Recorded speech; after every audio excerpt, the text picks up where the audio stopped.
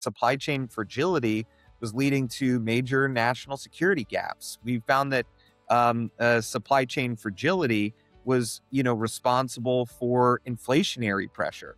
We found that supply chain vulnerabilities were at the core of almost every effort to modernize manufacturing and reshore our production capacity to the United States. Hey, everybody, welcome to the Future of GovCon. This is a weekly podcast to bring together experts from across the industry and look at what's happening today and how it's going to impact the future of our industry. I'm Jake Frazer. I'm the owner and CEO of Precision Talent Solutions. In leading one of the industry's top executive search firms, I get to talk to influencers every day. C-suite executives, board members, growth leaders, top government officials, military flag officers. And on this podcast, what we're doing is we're bringing in these experts from AI, from space, from medical, from logistics, from engineering. And we're sitting down and talking about what's happening in their specific area of the industry and how it will impact the future. So pour a cup of coffee and let's get started. Hey everybody, it's Jake. Welcome back to another episode of the Future of GovCon. We've had some fascinating personalities and experts here, but today we bring one of the fast rising executives leading a very interesting area of government contracting that I've been involved in the past. So happy to have Brandon Daniels here. Brandon is the CEO for Exiger, and Exiger is a supply chain risk management company that's powered by AI. And I'll let Brandon take the mic a little bit. Just talk briefly about what you're up to, Brandon. Yeah, yeah. So, Jake, thanks for having me on. It's great to be with you again. Um, so what does Exiger do, right? So the first and most important thing is we build AI applications. And that's what we've done since we created the software business back in 2016, 2017, right? Um, we build artificial intelligence to help us to tackle some of the largest challenges that our customers have when trying to assess markets, relationships, supply chains that they have to do business in, right? That they have to do business with. And so we build AI that helps you to due diligence companies, assess, the vulnerability and the resilience of markets, of materials, of products, of sites, right? So we build artificial intelligence that helps you to uber scale to the billions of records, right? Your ability to continuously assess all of those layers of who you do business with and why. And what we do is we deploy that artificial intelligence, which is built off of our proprietary data. We have the world's largest supply chain knowledge asset, right? We have literally billions to That's the trillions of Exeter records. AI. That's the brand. That's the product name, Yeah, right? that's right. We're an AI company first, and we focus on the challenges of supply chain cost management, supply chain readiness, so increasing your readiness capabilities, and supply chain risk, right? So that's where we focus our technology like a laser beam to help our customers. So this is the future of GovCon, and I could swear you must have seen the future when you got into this because, hey, look, the knowing who you do business with now is more important than ever, and managing scarce resources and knowing where everything is in the supply chain, it's so relevant right now, and it's amazing what you've done there with Exiger. So before we get into, I want to get into business, but talk a little bit about Brandon growing up. I mean, you're obviously a smart guy. You got a GW degree. Uh, how did you get into this business? How did you grow up, going to school, everything? What kind of decisions did you make to bring you to where you are today?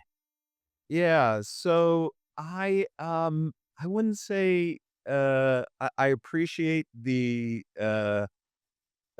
compliment that I'm a smart guy. I wasn't a smart kid. I got into a lot of trouble when I was a kid. I was always, sort of a class clown.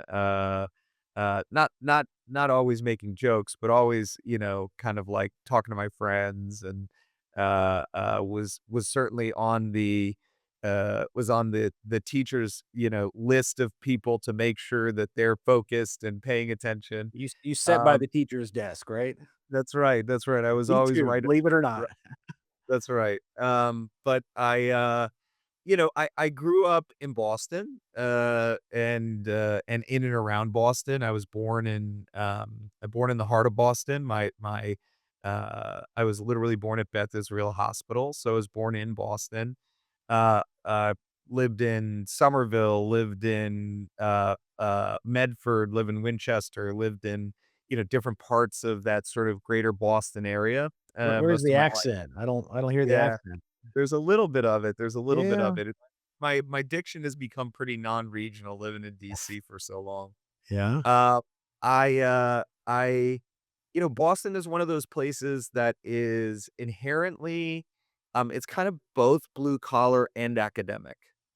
So you get this really nice mix of everything is around you. I mean, Harvard, MIT, you've all seen Good Will Hunting. It's kind of like you can't miss the educational and academic ethos, right? So like it didn't matter if you worked in a warehouse or if you were, one of the VPs at John Hancock. You knew what was going on in politics. You knew what was going on in the world. You knew who you were voting for and why, right? Like it felt like a place that had blue collar grit, but also had, a lot of opportunities for you to dive in and learn, right? So it was a great place to grow up because I both learned the grit side. I had a bunch of friends that are welders or are warehouse workers or whatever. And I had a bunch of friends that went on and did really interesting things in technology or academia. So had a good cross section. I also, the old saying in Boston, I went to a fight and a hockey game broke out. You learn how to take a punch and get back up. I learned that a lot of times. And so, from sort of my Boston, Massachusetts background, I learned resilience and perseverance and maintaining your course even when it gets tough, because that's what Boston was all about. And the And other thing about Boston people is they love their teams, right? yeah, we They love their do. teams, We but it do. I am a diehard Red Sox fan. I am a diehard Pats fan, which used to not. I mean, that's Red right. Sox and Pats when I was growing up Terrible, were terrible. always underdogs. I Celtics, mean, like okay, yeah. we were awful. Like, I mean, I left Boston, before any of our championships happened in baseball, any of our championships happened in football. I was a huge fan during the Bledsoe years. You know what I mean? Like I was not. I was one of those people that fell in love with the losing.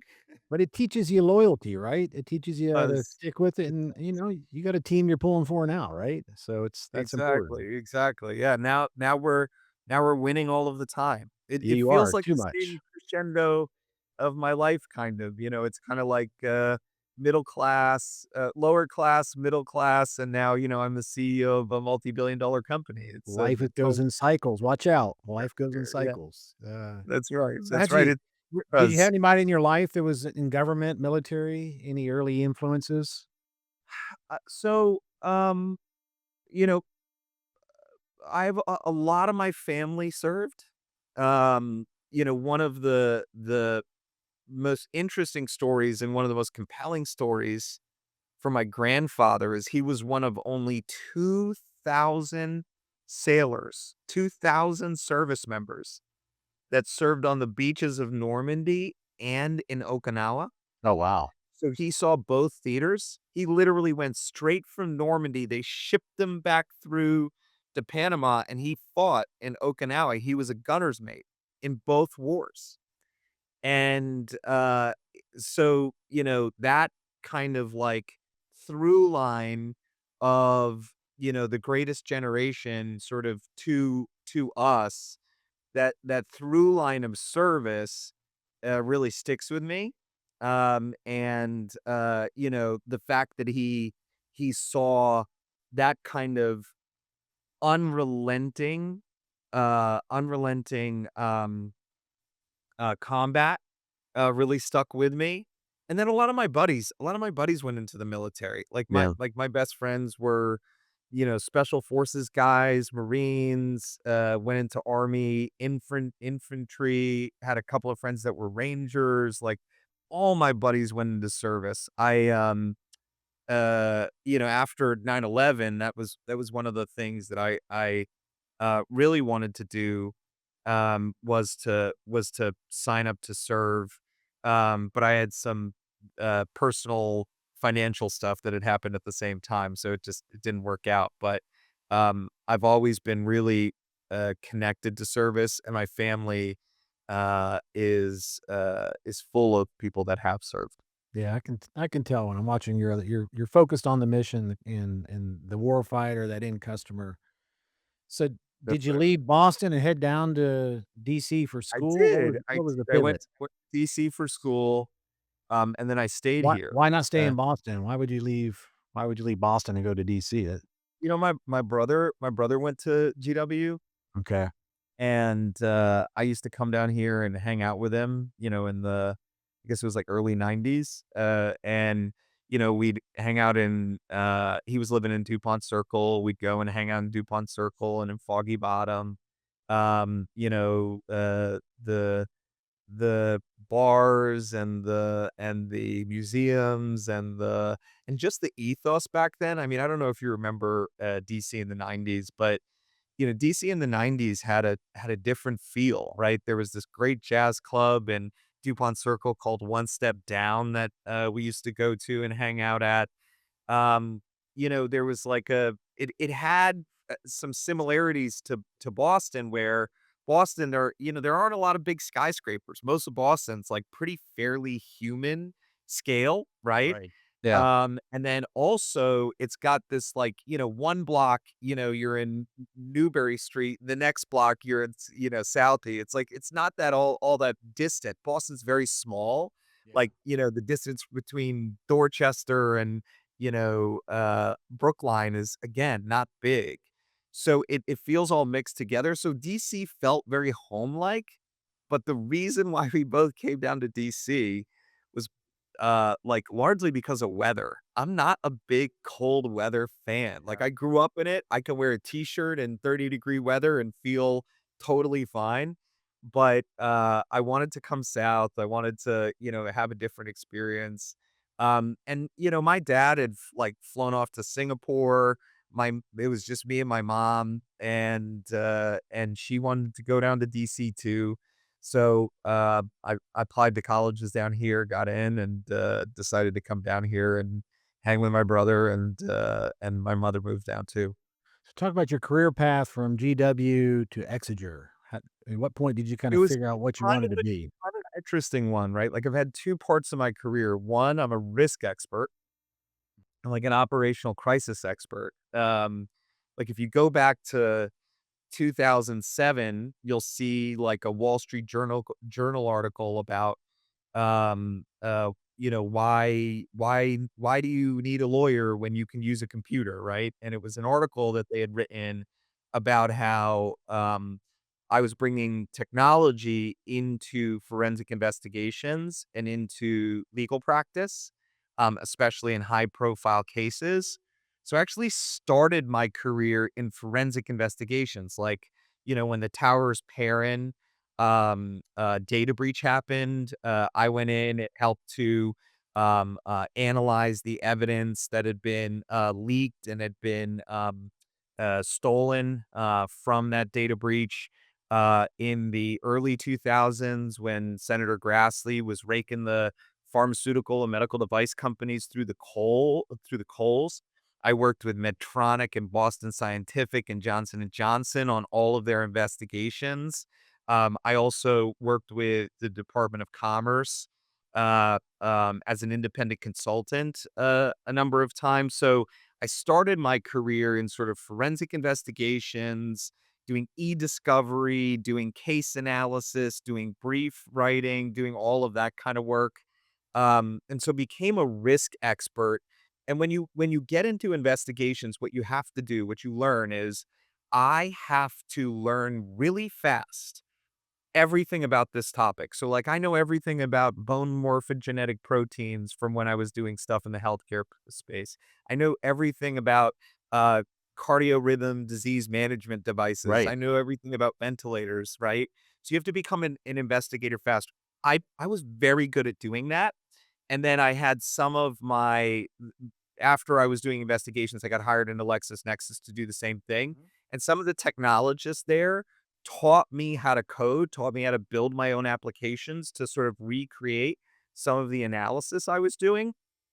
So then I just brought technology to everything. Every analysis I had to do was scaling up to 100 or 1,000 or 10,000 or a million records where I was trying to apply the knowledge that I had on that specific case to bigger and bigger data sets, right? And so if you flash forward from LexisNexis, where I got hired into CPA Global because they wanted to create a new technology business out of their patent business and a new outsourcing business out of their patent business. And that business hadn't grown in like 39 years, right? And so they brought me on as their first pre-sales solution engineer manager. I was the leader of Wow. the solution engineering group. Okay. And when I went to CPA Global, they had stood up this whole practice. They invested $5 million. I had a boss above that boss that finally reported into the executive committee. And then in 2008, Jake, the entire financial system collapsed in front of our eyes. They fired my boss's boss. They fired my boss. They fired everyone around me. And because me and one other person had sold something to an existing IP renewals management customer, which was the core business, they kept me and that one other person. And from there, we built an enormous business. The first year that I was put in charge, because they basically fired all my bosses, made me an AVP, and I was reporting directly to the COO and said, "You've got 6 months." And within a year, I had built a $19 million business Wow. and then just scaled it again and again each year for 3 years. And then finally, we sold that business to um, Intermediate Capital Group, and then Sinven for 1.1 billion and 2.4 billion. Wow. And so I had a chance, like, uh, at CPA Global to learn how to build a business, learn how to build a technology business, learn how to build the supporting services business, but also used those skills that I had from my time at LexisNexis in how to manage customers and how to build a P&L and L and how to build that kind of like large scale customer management structure. And then I went to a company called Clutch. And when I had gotten to Clutch, they had gone from 23 million to 16 million to 12 million. The board brought me on to reinvigorate it. And because I had seen the fallout of the financial You collapse, and knew. because Yeah. I had this risk management background, a lot of the people that I used to work with in those investigation spaces were now at big banks. And so what I did at Clutch with a core team that I built around me, what I did at Clutch was I reframed the company that had moved from like legal outsourcing into a technology company for compliance for big banks.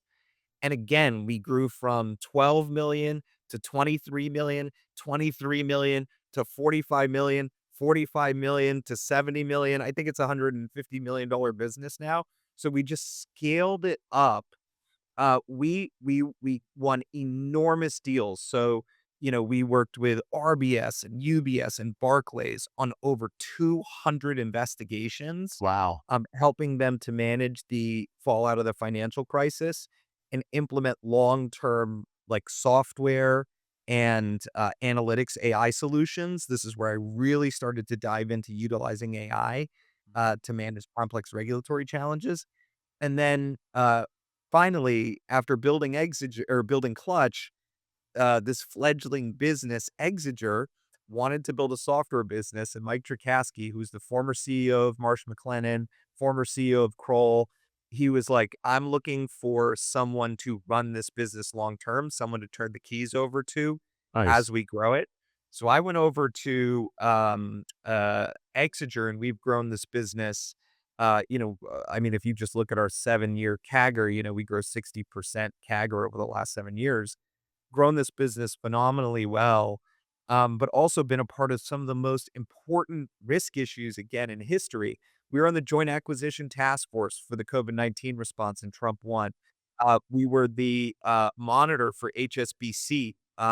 If you Google Exiger and Huawei, you'll see that most of the news organizations reported that we were the ones responsible for finding the Huawei rerouting of American equipment into Iran. And so, like, we had built some of the, some systems that could manage these big challenges. And after we did those, after we, worked on the Huawei stuff, after we worked on the COVID-19 response, the whole world needed those supply chain solutions that we had built to basically provide capabilities to those major programs that we were running.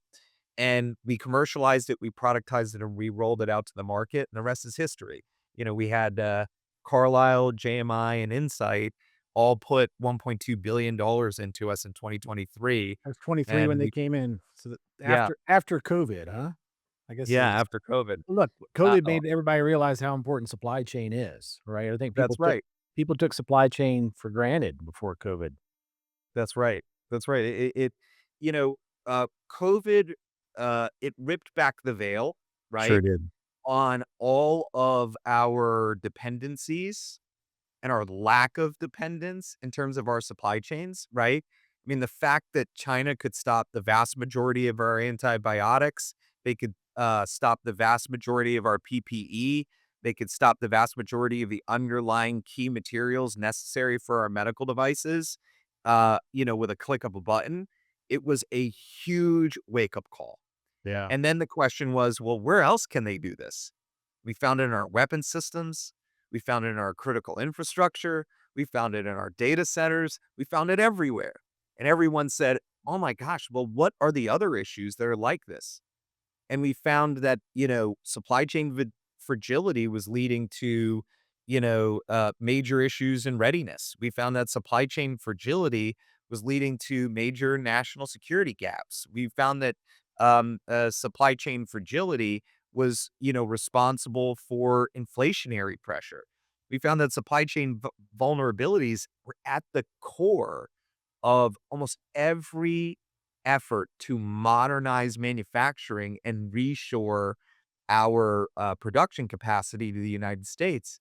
And so when people realize that all of these things that we're trying to do, whether you're trying to utilize AI systems and therefore need those GPUs and need those data centers, or you're trying to create robotics to better compete with lower cost labor in other nations. And so you're trying to bring in robotics to automate processing lines, or you're trying to, build the cutting edge of quantum computing.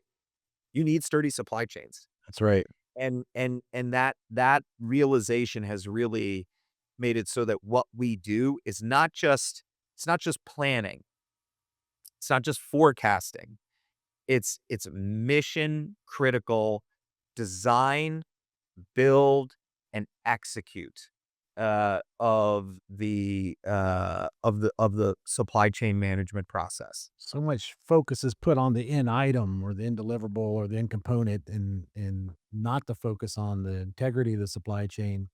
And I think now in 2026, we last year we had tariffs. Now we're dealing with a conflict in the Middle East, which is having massive disruptions on the supply chain and um, direct and indirect impacts. I said you must be able to see the future because I think everybody's talking about supply chains now. So how's I mean Exiger's in got to be in the catbird seat right now because what you've built took years to build is based on some hard lessons learned. It's based on a fundamental understanding of risk, but also technology. Um, So tell me, what are the things here in 2026 that Exiger is focused on? So we're focused on three things. First, I'll look internally, like in the mirror, Jake. The first thing that we're focused on, and this is just critical, is making sure that our entire product development life cycle, so that's our assembly line, that's our Mhm. assembly floor, right, Right. is automated. Making sure that the entire thing is run on AI, right? It's run on internal AI, it's run on some of the frontier models, but making sure that our entire assembly line is run on AI.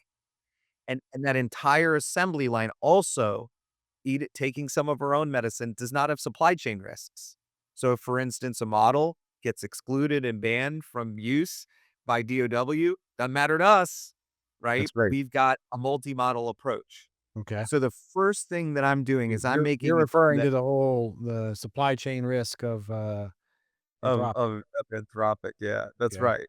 We that's not Well, even hey, a if you had everything built only on that, you're in trouble right now, right? you're So you in have to real trouble. diversify. That I Yep. mean, that's not even a speed bump for us, Yep. right? Okay. So the first thing is that AI PDLC, um, because that makes it so that what used to take 2 months now takes 2 days. What used to take 2 years now takes 2 months, Yeah. right? It's like it is a 10x multiplier, and in some instances, Jake, it's a 100x multiplier. Then the second thing I'm doing internally is I'm focused on making sure that we've got really, really strong moats. So we know a lot. We know a lot about, military supply chains, and we know a lot specifically about how class 9 items are fielded. We know a lot about the supply chains that produce class 7 items. We know a lot about critical supply chains that are necessary for our defense department. And we need to make sure that all of that knowledge goes into our AI classification tools, You're all of our solutioning, as you were talking automated about early in your AI. career, right? That's right. So Yeah. it's making sure that all of that expertise gets translated into the platform, and that we're a year to 2 years to 3 years ahead of anyone being able to recreate that knowledge and that depth of knowledge in an AI. The third thing that we're working on is our data moat. So, like I said, we've got this huge supply chain knowledge asset. We're going out and creating new data every second. In open source software, supply chains, because everybody's writing code utilizing AI right now. Well, it's just ripping stuff out of GitHub, right? Well, we actually reindex all of GitHub, all 1.3 trillion repos every single day. In fact, GitHub has said that we actually maintain and have in a canonical structure every repo better than they do, going back over a decade. It's incredible. So, like, we're making sure our data moat, like the data that we create, is as deep as possible, and we're working with our partners to make sure that the data that we buy from them, because we're probably one of the biggest data buyers in the world. I think, if you look at the major data aggregators, I don't think there's a single one where we're not 7 figures plus in Wow. terms of data consumption. So the other thing is making sure that we've got that strong, strong data moat, both proprietary and premium, that our customers can leverage. Because the only way that you have good AI is if you have good data, right? And then the last thing is making sure we're diving headlong into the expertise that people need in that last mile, because the AI can tell you, oh, this part is critical to this weapon system, and the AI can tell you, there's a single source for this part. The AI can tell you what courses of option and ConOps you need to execute, but then somebody needs to go do it, right? And making sure that we've got an advisory capacity to help people to go execute those things, to go talk to an LCMC and correct those, alts and pults on the head of their systems. We need people that can go out and help to evangelize and to focus our efforts so that we can actually drive readiness in military supply chains. So that's what we're doing internally. Externally, what we're doing is we're trying to focus people.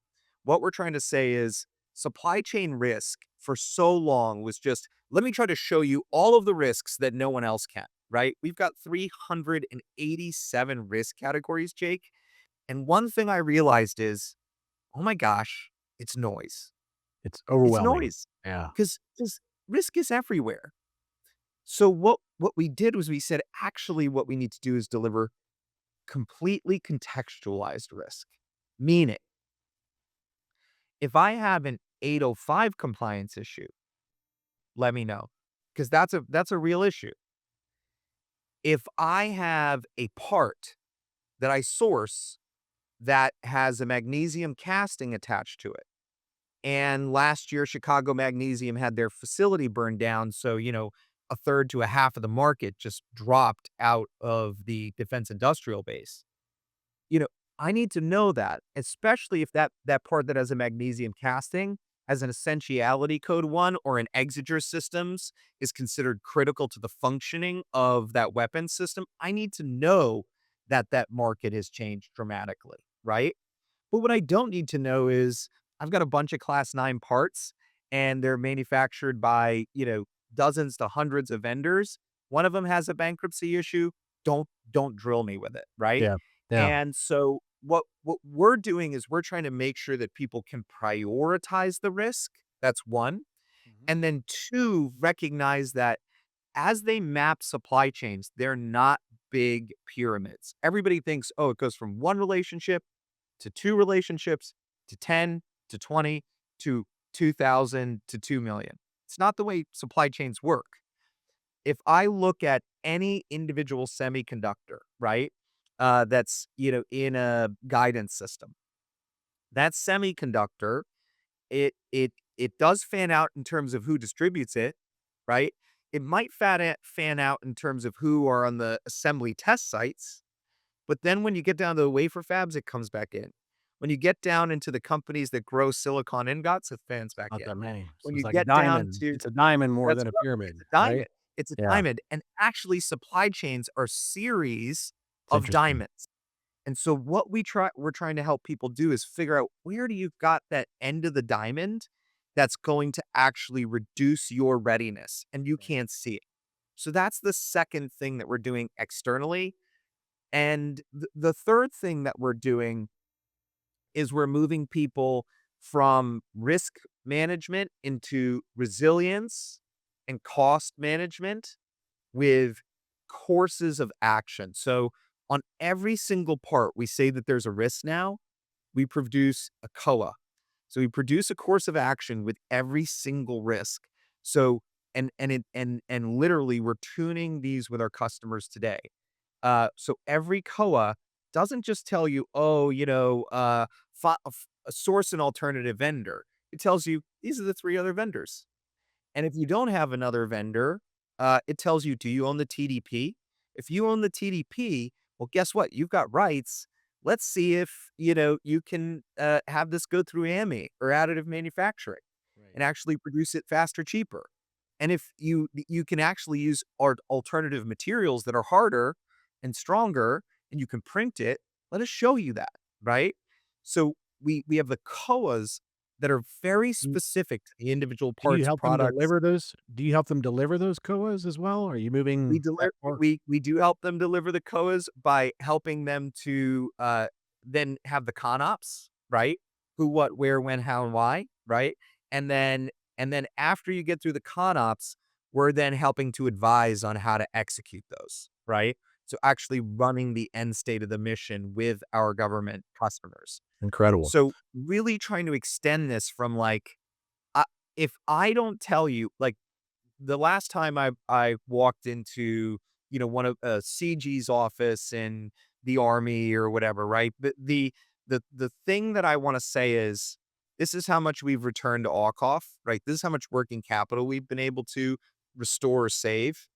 This is the alt halt reduction that we've achieved. This is the readiness increase you've seen.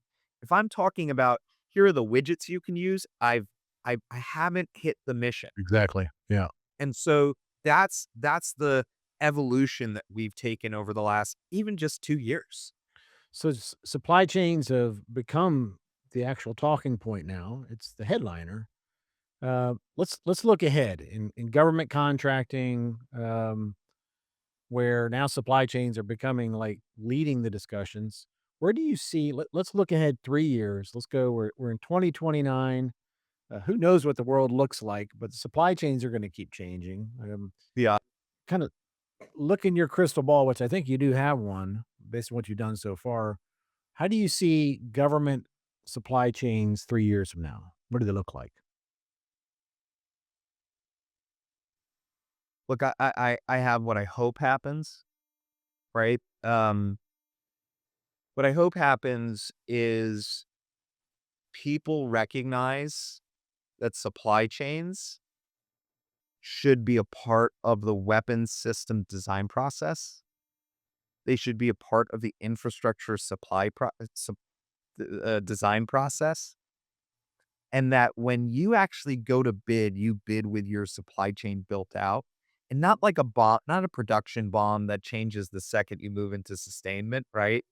But like you actually know, hey, I know that this material is going to clear first article testing.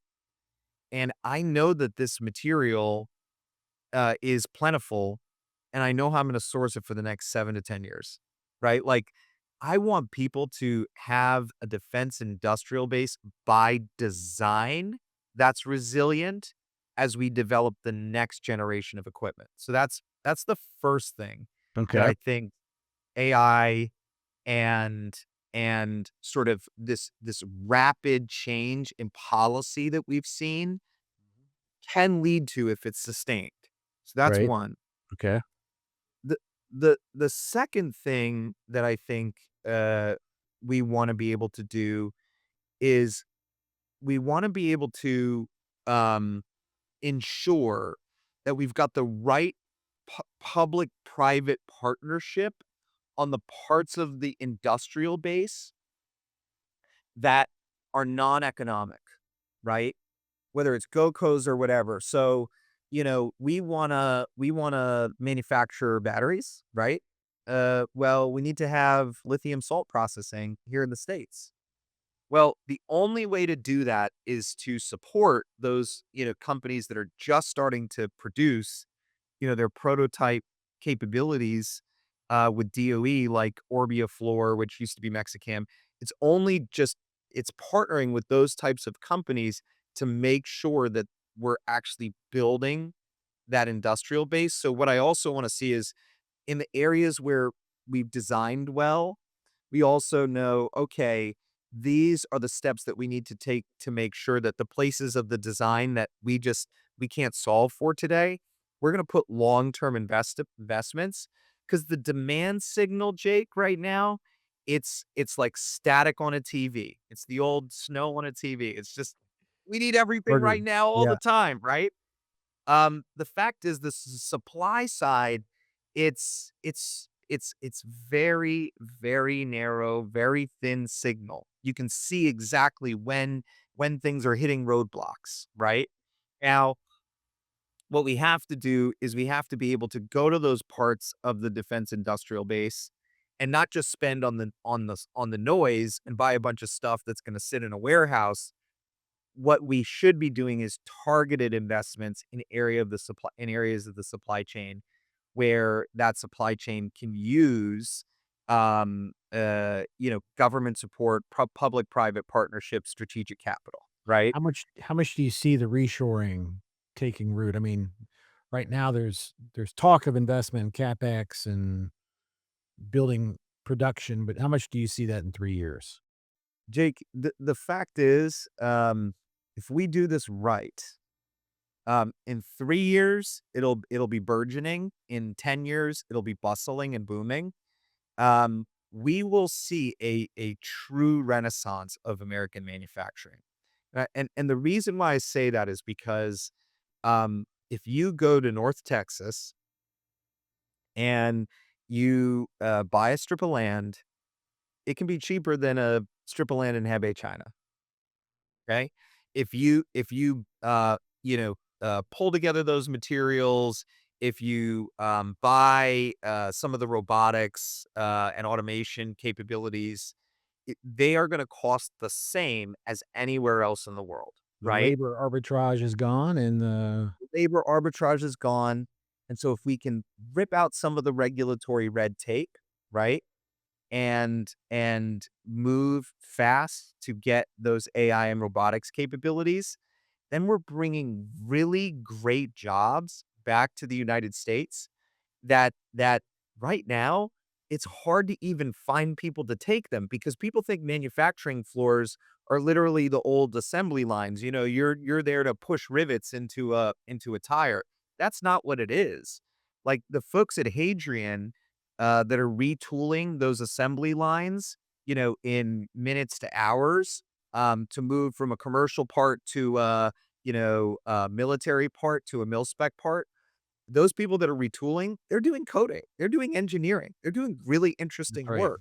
Working with And the fact robotics. is that's right. And the Yeah. fact is we're not gonna need as many engineers because of AI coding and programming capabilities evolving so quickly.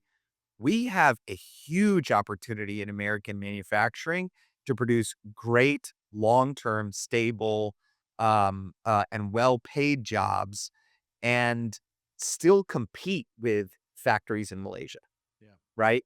So I think that if we get this part right on the defense industrial base side, it will have a knock-on effect of accelerating what we're doing in the commercial industrial base.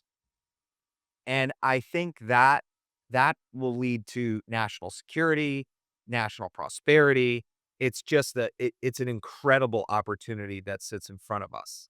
Um, and I think right now we're hurdling towards a place where those things are starting to become possible. I mean, we deal with 150 of the Fortune 500 today as customers, and right now a lot of them are trying to figure out how to reshore components, how to manage the tariffs as they're reshoring components, how do they continue to get the materials in for these new construction capabilities, for these new assembly capabilities, at the rates that they used to get them in offshore centers, right? Because the tariffs are pulling their manufacturing back to the US. The investment commitments that they're making to the administration are pulling them back into the US.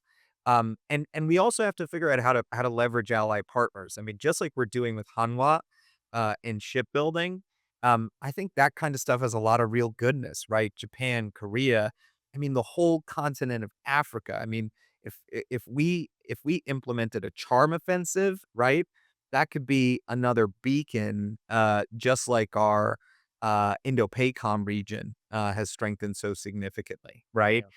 And it secures minerals, it secures raw materials, it secures strategic defense capabilities. I mean, there's a lot that we can do if we get those ally partnerships right, both from an economic perspective and trading perspective, as well as a national security engagement perspective. So supply chains are not an afterthought anymore. And you're right. If we can design the industrial base around the supply chain instead of building the industrial base and then waiting for the supply chain to catch up, we'll be much further ahead for sure. Uh, I want one word from you to kind of summarize your gut feeling about the future in this space, in this kind of government supply chain space. How would you describe it? Um, I would say explosive. Explosive. It's All right. it's I knew it was going to be big. i- if we keep moving at this pace, Jake, it like I've been with my team every day this week from 8 a.m. to 11 p.m. in the office. And, you know, like we've got we obviously have like almost 1,000 people that work at Exiger, but we've got like a group of 15 people here with me working on a day in day out basis on our AI PDLC, just as like a core sort of SWAT team, right? Um, and the amount of work that we get done, it's the equivalent of having 500 people in this room with us. I mean, the scale to which AI can create is incredible. And so if we lean into this, if we as the US takes and harnesses the innovation, the individualism, the freedom to innovate and be curious and break stuff that makes us Americans, if we take that and we harness that, there's no one in the world that can stop us. Yeah. I mean, we're unbridled. I mean, think about it, Jake. The thing that makes the US great is we let one person change the entire world. We let one person move us from kerosene and whale blubber and, fossil fuel to electricity. We let one person, change medicine. We let one person build rocket ships and remove our dependency from Russian space flight. We let one person change the world over and over and over again. And when you unleash those individuals, all with the capacity to dream, to create, to think with AI, it is a force multiplier that we couldn't imagine. And most of the non market economy competitors or adversaries, they're not going to let people do that. Yeah. They're not going to let people become more powerful than they are. It's kind of like as a CEO, and I've been in senior management now for 18 years, Jake, at companies, right? Um, my goal is always that our best salesperson makes a lot more than I do, Oh, yeah. right? Um, you know, that's American spirit. It And is. and so I think the next 3 years will be explosive if we harness the goodness out of what's happening right now. That's awesome. That's awesome. Brandon, your energy is just palpable. It's contagious. We're lucky to have you on our side. The work you guys are doing is amazing. I've been a big fan of Exiger for the last few years. I've just been tracking you, and there's nothing stopping, nothing holding you back, and the market conditions are ripe for the innovation you're bringing. So I'm super excited about what you're going to do over the next few years. We're ready to go, Jake. Looking forward Awesome. to it. All right, All right, thanks. Brandon, we're gonna have to have you back for sure, and schedule a longer podcast next time because there's so much to cover. We didn't get into like the weaponization of the periodic table and all the other stuff. I There's so much to know, I cover. know. I love it. Yeah, I love it. I yeah. love it. Next time for sure. So everybody, hope you enjoyed the show with Brandon. Fascinating discussion. Check out he's all over social media. Has some really interesting content. Podcast. He was at WEF. He's a front row seat to WEF this year. So check out Brandon's content, and they're always putting out good information that's relevant to everybody in our industry. Thanks for showing up, and remember, the future of GovCon is happening today. See you next week. All right, so thanks for joining me on another episode of the Future of GovCon. I hope you enjoyed today's conversation and some of the bold predictions. If you did, take a second, share it on your social media, subscribe on YouTube. If you have any ideas for future guests or topics you'd like to have covered, hit me up on LinkedIn. I'm always there, and you can always learn more about precision talent solutions at pts.careers. Look forward to seeing you next week on our next episode.